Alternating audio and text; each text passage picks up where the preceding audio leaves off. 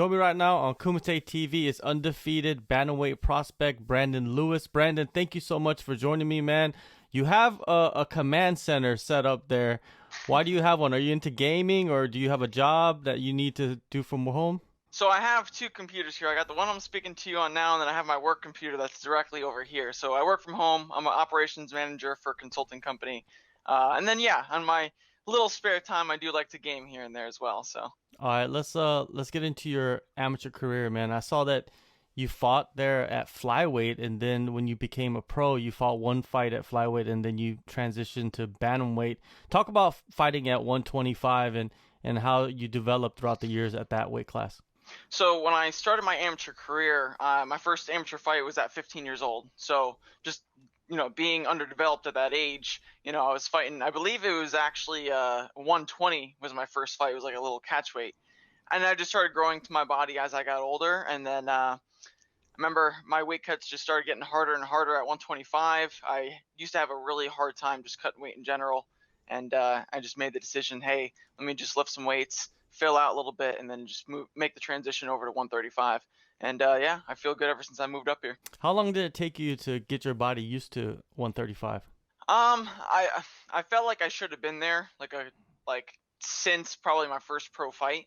Again, my first pro fight was at 125. It was a very tough weight cut, and I mean, even a couple fights after that, I just felt my energy wasn't there, and I definitely felt the weight cut affected my performances.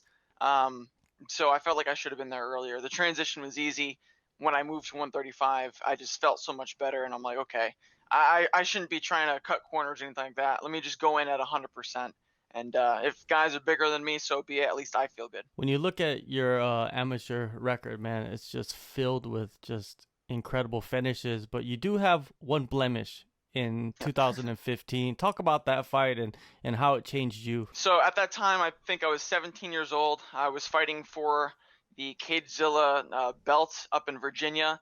And if you're not familiar with Cagezilla or Virginia MMA rules, in the amateurs, you could throw elbows to the head, knees to the head. It's almost like full pro rules, except, you just have 3 minutes on the clock instead of 5.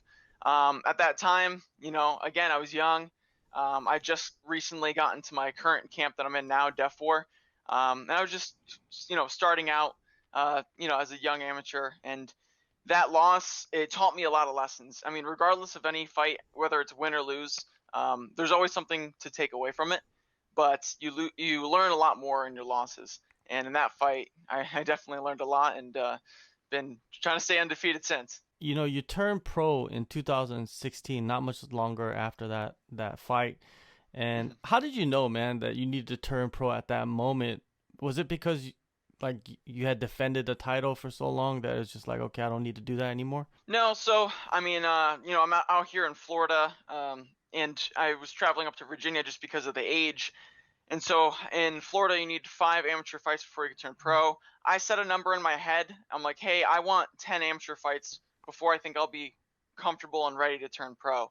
After I fought up in Virginia, I came down to Florida, and I just didn't want to stay inactive. So I was like, all right, let me just get paid for it, and turn pro as soon as I turned 18. And yeah, went on from there. Knocked off 4 in a row, and then you had this large gap from 2018, 19, and of course last year a lot of people sat out. What was going on through that time? So after my fight at LFA, I think it was 16 with Cameron Miller, I had a couple personal things go on in my life for the first 2 months. After that, I was right back in the gym, and I was ready for another fight. I had a lot of bad luck when it came to opponents pulling out. So I'd even have signed contracts, and then 2 weeks before the fight, someone pull out. Just having a hard time finding matches. And I was staying ready for a long time for a fight. And at that point, I was 4-0. And when you're at that kind of medium stage, you got to be ready for any big shows that may call up, last minute opportunities. And I was just hungry. So I was training intense, and I just kept the same intensity for a long period of time. And eventually I started incorporating weightlifting into my routine, and I ended up overtraining and rupturing a disc in my low back. I didn't know, I've never felt any kind of like nerve pain before, or like centralized back pain. So I was like, don't be a bitch. Like, let me push through it. Just keep grinding until one morning I woke up. I had a hard time getting out of bed. I couldn't tie my shoes, and everyday tasks just became a struggle. And I was just living every day with pain. So I couldn't train for about a year. I didn't have health insurance at the time, so I couldn't even see a doctor. By the time I finally got checked out and finally got a surgery scheduled, it was like a 2.5 year process. So it was about a year of just inactivity, bad luck of fights, about 2 years of being injured, and 6 months of recovery after that. So it all just added up. And then by the time I was recovering, that's when COVID happened. But it was kind of perfect timing in the sense because all I was doing was just recovering at that point anyway. So as soon as I recovered, I just took the first opportunity for my last fight and was hungry. Did you start training during the COVID restrictions? Yes. Yes. So Okay. I did a lot of at-home stuff. A lot of it was at home. Just a lot of kind of like physical therapy stuff, shadow boxing, moving around, getting my body strong again because again, I was inactive. I was pretty sedentary for about a year and a half. Couldn't really do much with the injury that I had. So, I mean, most of it was just getting back and just body weight workouts, just getting back in shape. And then, whenever we got a chance, I would meet up with a couple guys that I knew were safe and we'd train and, that'd be it. How tough was that to get back into fighting shape after, like you said, a year and a half? That's a long time, especially for a fighter. Yeah, it was rough. I actually had a hard time gaining the weight back on. I most of the time I used to always have a problem with like blowing back up after fights, getting fat and stuff like that. But this time, just because I was inactive for some reason, I just didn't want to eat as much, and I lost a lot of weight. So a lot of it was getting that strength back, and that was tough. Just mentally, the whole injury process was just really tough on me. A lot of aspects of it, but the physical part I was ready for. That's something that I've been training my whole life for. I could push through anything physical, and that was fine. I would say more so the challenging part was the mental aspect of it. Was it a tough training camp coming back for that LFA 102 fight earlier this year? Um, I mean, every camp is tough, but I think I did this one a lot smarter. Mhm. Um, there is such thing as overtraining. At one point, I was training like 3 times a day, just pushing, just kind of just going all out, being young. And I realized, taking care of your body, taking a day to rest if you need it, is going to do you way better in the long run. So I definitely took it a smarter approach to it, and the intensity was there. It's always there. That fight, man, it went down to the a split decision. I don't think you've been involved in any split decisions. How was that? Did you sweat a little bit when they were calling the name? A little bit, just in case of like poor decision making. You know how sometimes it goes in the MMA community. Honestly, I think I did well enough in that fight to where I really felt confident in that decision. My whole mindset leading up to that fight, I knew I was going to win. I was like, I'm gonna mess this guy up.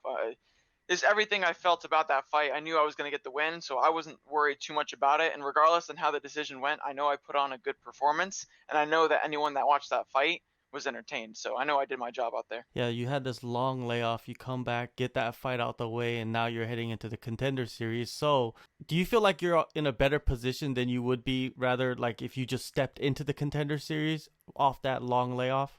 Oh, absolutely. And I'm glad I kind of went to that decision because I got the full 15 minutes of just being out for so long, and I got that full experience. And against a tough opponent, that I was able to just unload and kind of really get that full experience. And it wasn't a boring fight. We were active the entire 15 minutes. So I'm kind of glad after such a long layoff, I got all of that experience out of the way, and now I feel a lot more confident coming into this fight.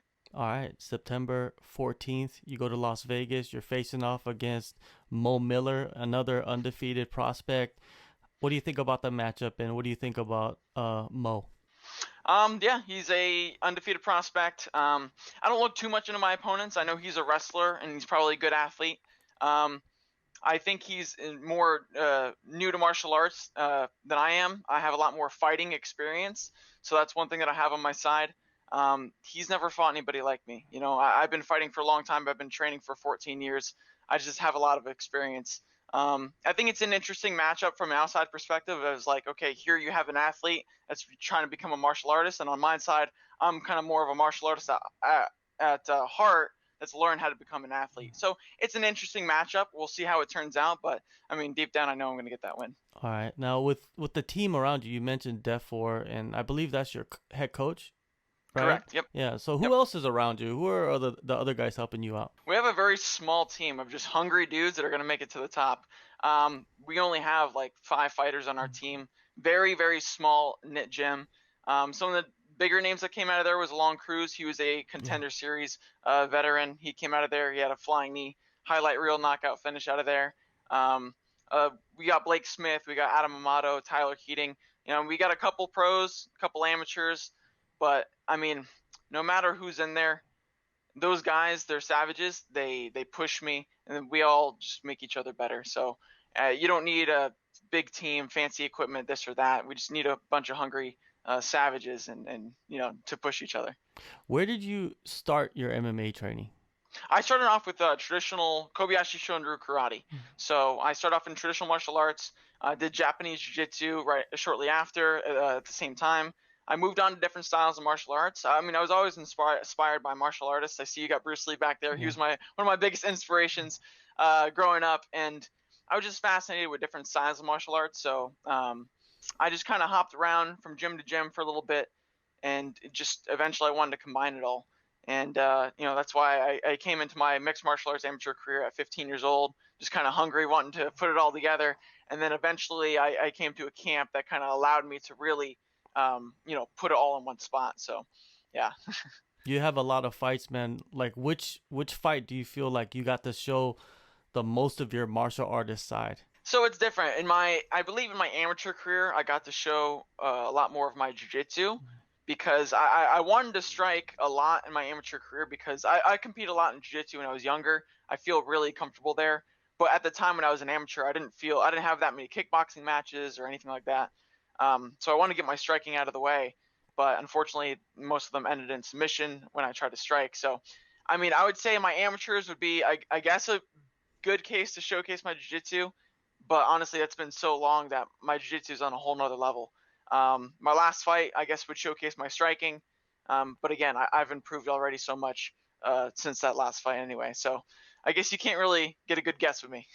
The Ultimate Fighter just happened. They had the bantamweights on there, and they had the finals a week, 2 weeks ago, something like that.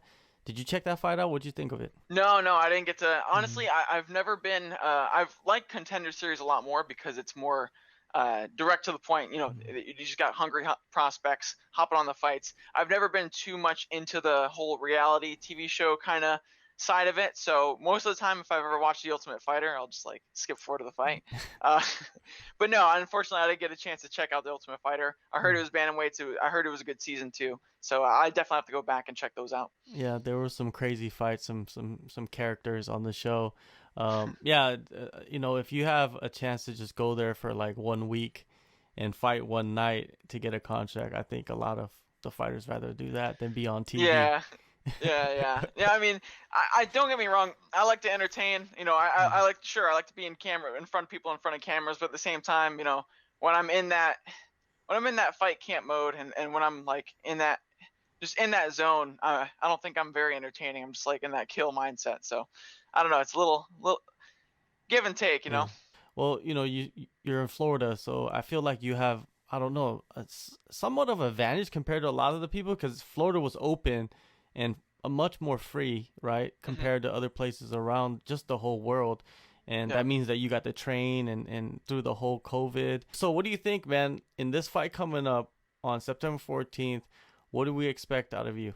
You're going to expect a highlight reel finish one way or another. I don't know if it's going to be submission. I don't know if it's going to be a knockout. I'm going to get whatever opportunity that my opponent gives me. And I'm just going to put on a good show for everyone like I always do in every fight. Get a contract and make a big name for myself. Yeah, and also you're stepping in, you know, once you get the contract, you're stepping into probably the deepest division in the UFC. Did you ever expect that to ever happen, like the bantamweight division? You know, usually the shining divisions of the UFC would be like light heavyweight or lightweight or something like that, but now it's bantamweight. It's crazy. Yeah, no, I actually love it because, you know, growing up as a flyweight, I've always looked up to fighters like Demetrius Johnson and a lot of the lighter fighters. The lighter weight classes never really got the respect they deserve until more recently, and a lot of the bantamweights have just been been putting on some really just amazing fights, and now it's finally starting to catch some attention. I don't know what the big change was. I don't know who did it. But yeah, I'm happy that the lighter guys are getting more attention. I believe they're a lot more entertaining fights. They're a lot faster paced. They may be hard to follow for some newer MMA fans, but I mean, you got some speed. You got some guys that hit hard at 135, and you definitely got a lot of good technique down there too. So For sure, man. It's a Shark Tank. Well, September 14th, man, you're in the cage at Dana White's Contender Series, Las Vegas. Thank you so much, Brandon, for the time, and good luck on your journey, man. It's going to be incredible. thank you so much. I appreciate you having me on.